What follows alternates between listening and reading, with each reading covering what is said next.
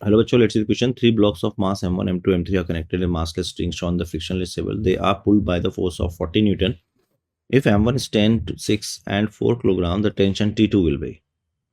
So अगर अपन इसको देखें तो यहाँ टेंशन लगेगा आपका T1, T2 है और यहाँ आपका टेंशन T1. ठीक है. सो सबसे पहले अगर हम बात कर लें एक्सेलरेशन ऑफ सिस्टम की, तो एक्सेलरेशन ऑफ सिस्टम क्या होता है बच्चों? Net pulling force F net pulling divide by of mass of the system. So mass of system. ठीक है. सो नेट पुलिंग फोर्स कितना है? केवल ये खींच रहा है T3, वो कि 40 न्यूटन है, और सिस्टम का मास कितना है? 20. तो ये हो गया एक्सेलरेशन 2 मीटर पर सेकेंड स्क्वायर. ठीक है. अब यहाँ देखो, हमें निकालना क्या है? T2. तो अगर मैं इस ब्लॉक के लिए बात करूँ तो ये भी 2 मीटर पर सेकेंड स्क्वायर जा रहा होगा. तो इसके लिए कैसे हो जाएगा?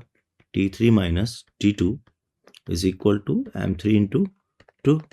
और M3 कितना है आपके पास? That is your 4 kilogram. So T3 minus T2 is equal to the 4.